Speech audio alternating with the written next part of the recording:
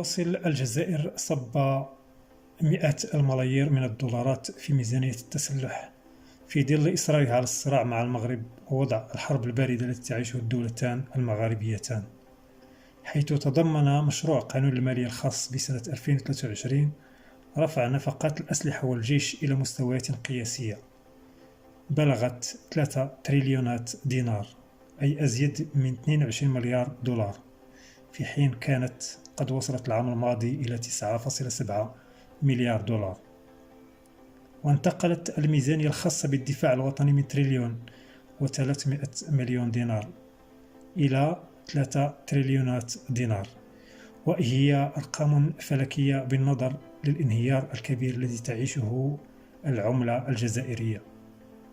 لكنها تبقى كبيرة أيضا عند تحويلها إلى الدولار، فقد انتقلت من 9 مليار دولار سنة 2020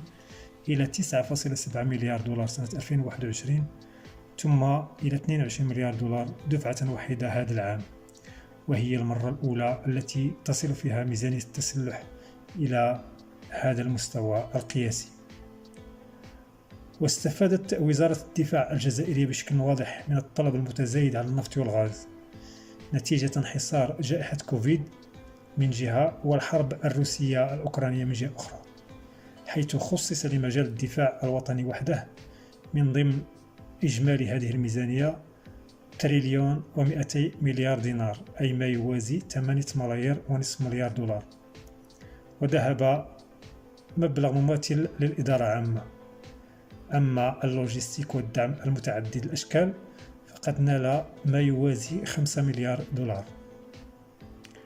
والمثير في الأمر أن هذه المبالغ تذهب في غالبها إلى جيب روسيا،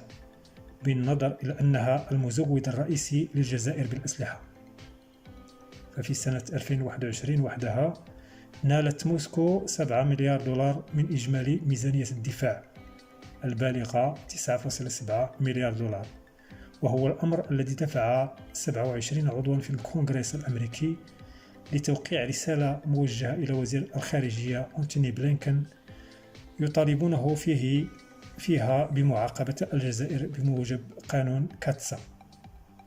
نظير ما اعتبره تمويلا للخزينة الروسية في ظل حربها على أوكرانيا. وفي سنة 2021 أصدر معهد ستوكهولم الدولي لأبحاث السلام تقريرا يؤكد أن الجزائر كانت هي أكبر مستورد للأسلحة في القارة الإفريقية خلال الفترة ما بين 2016 و 2020،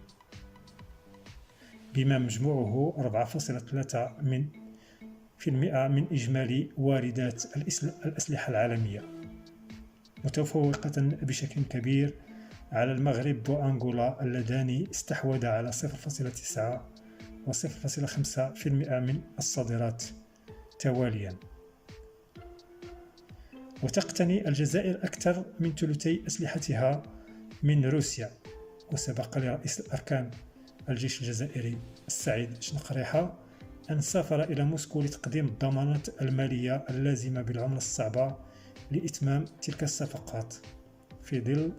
ظروف البلد الاقتصادية الصعبة. وتبرر السلطات الجزائر ذلك بأنها في صراع مع المغرب، وهو ما طغى على السطح بشكل كبير منذ وصول الرئيس عبد المجيد تبون إلى الحكم، وبعدها بأيام شنقريحة إلى قيادة الجيش أواخر سنة 2019.